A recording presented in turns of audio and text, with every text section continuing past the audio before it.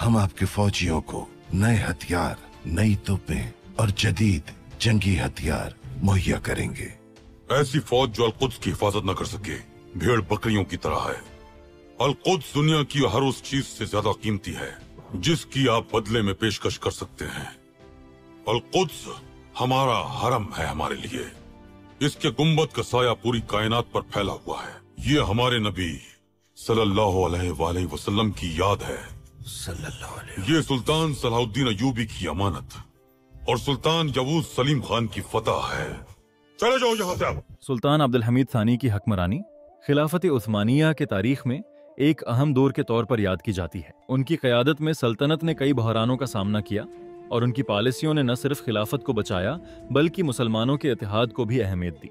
इस दस्तावेजी वीडियो में हम उनकी ज़िंदगी और हुक्मरानी के मुख्तलिफ पहलुओं पर रोशनी डालेंगे। सुल्तान अब्दुल हमीद सानी की पैदाइश 21 सितंबर 1842 को इस्तांबुल में हुई। वो सुल्तान अब्दुल मजीद के बेटे थे जिन्होंने अपने दौर में खिलाफत उस्मानिया में असलाहत की थी।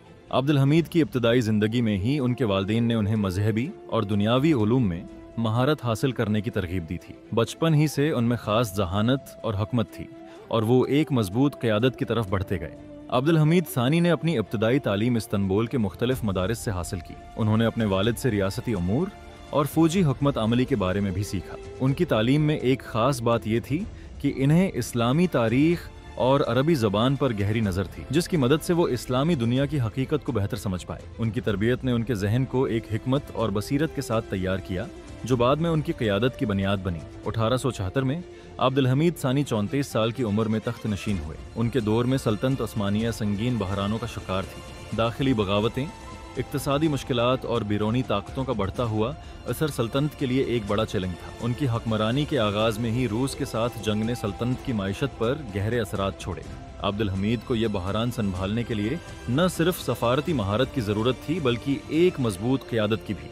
एक तरफ जहां सल्तनत उस्मानिया की माइशत बदतरीन हालात में थी, वहीं दूसरी तरफ यूरोप की ताकतें उस्मानी सल्तनत के अंदरूनी मामलात में मुदाखलत कर रही थीं। 1878 में बरतानिया और रूस के साथ किए गए मुआहदों ने उस्मानी सरहदों को महदूद कर दिया। सुल्तान अब्दुल हमीद ने उन मुआहदों के बावजूद सल्तनत की खुदमुख्तारी का तहफ़्फ़ुज़ किया।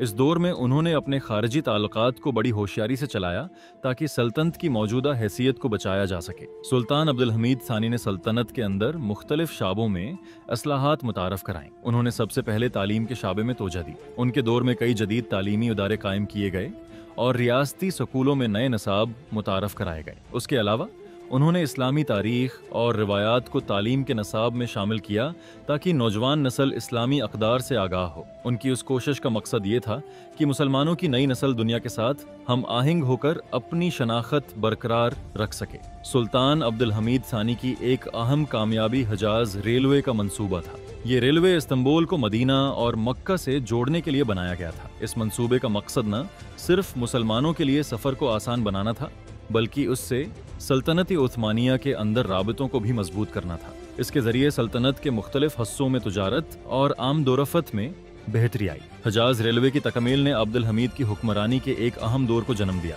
जिसे आज भी उनके तरक्याती वजन के तौर पर याद किया जाता है। सुल्तान अब्दुल हमीद सानी को फ़लस्तीन के मसले पर बहुत ज़्यादा तोजह थी। 1896 में थियोडोर हर्ज़ल, जो सहियोनी तहरीक के बानी थे, ने फ़लस्तीन की ज़मीन खरीदने की तजवीज़ दी, लेकिन सुल्तान अब्दुल हमीद ने इनकार कर दिया और कहा, फ़लस्तीन की ज़मीन खिलाफत उस्मानिया की मुक़द्दस ज़मीन है और मैं उसे किसी को फ़रवख्त नहीं कर सकता। उन्होंने फ़लस्तीन को बचाने के लिए आलमी सतह पर मुस्लिम ममालिक की हमायत हासिल करने की कोशिश की। 1909 में अब्दुल हमीद सानी को माजूल कर दिया गया। उनकी माजूली के पीछे सियासी कूतें और इंदरूनी साजिशें थीं। इनकलाबी जमातों ने उन्हें इक़्तिदार से हटाकर सलानिक, मौजूदा यूनान, जला वतन कर दिया। वहाँ उन्होंने अपनी बाकी ज़िंदगी खामोशी से गुजारने की कोशिश की और ये वो दौर था जब सल्तनत उस्मानिया की तकदीर का फैसला हो चुका था। अब्दुल हमीद का ये दौर सल्तनत की तारीख़ का एक तकलीफ दह और तब्दीली का दौर था। सुल्तान अब्दुल हमीद सानी का इंतकाल 10 फरवरी 1918 को हुआ। उनकी मौत के बाद सल्तनत उस्मानिया में ज़वाल आना शुरू हो चुका था और खिलाफत का खात्मा 1924 में हुआ। उनकी वफ़ात के वक्त उस्मानी सल्तनत का वजूद एक नया सियासी मंजरनामा पेश कर रहा था। और अब्दुल हमीद की हुकमत और बसीरत का किरदार तारीख में हमेशा याद रखा जाएगा। सुल्तान अब्दुल हमीद सानी की पॉलिसियों का असर सिर्फ सल्तनती उस्मानिया तक महदूद नहीं था, बल्कि उनकी हुकमत अमलियों ने आलमी सतह पर मुसलमानों के मसाइल को उजागर किया। उनकी क़यादत में इस्लामी दुनिया में इत्तेहाद की अहमियत को समझा गया और उनकी कोशिशों ने खिलाफत उस्मानिया को संभाले रखा, हालांकि उन्हें इंदरूनी और बिरूनी बहरानों का सामना था। आज के तुर्की में सुल्तान अब्दुल हमीद सानी को एक अजीम हुक्मरान के तौर पर याद किया जाता है। उनकी क़यादत और इस्लाहात ने सल्तनती उस्मानिया को बहरान से निकालने में अहम किरदार अदा किया। उनकी हिकमत और दौर अंदेशी को तुर्क अवाम के दिलों में इज्जत की निगाह से देखा जाता है। सुल्तान अब्दुल हमीद सानी की हुकमती अमली में हमेशा अपने मुल्क की खुद मुख्तारी और मुसलमानों के मफाद को तरजीह दी गई। उनकी पॉलिसियों ने सल्तनती उस्मानिया को शदीद बहरानों के बावजूद इस्तेहकाम फराहम किया। अब्दुल हमीद का मानना था कि खिलाफत की बका के लिए ज़रूरी है कि मुसलमान एक दूसरे के साथ खड़े हों और किसी भी बिरोनी कूद से न डरें। सुल्तान अब्दुल हमीद सानी की क़यादत का अहद इस बात की गवाही है कि एक रहनुमा को अपनी कौम के लिए क्या कुर्बानियाँ देनी पड़ती हैं। उनकी हुकमत, दौर अंदेशी और पुख्ता इरादे ने सल्तनत उस्मानिया को मुश्किल हालात में इस्तेहकाम फराहम किया। उनके दौर की सियासत हमेशा तारीख में एक मिसाल के तौर पर जानी जाएगी।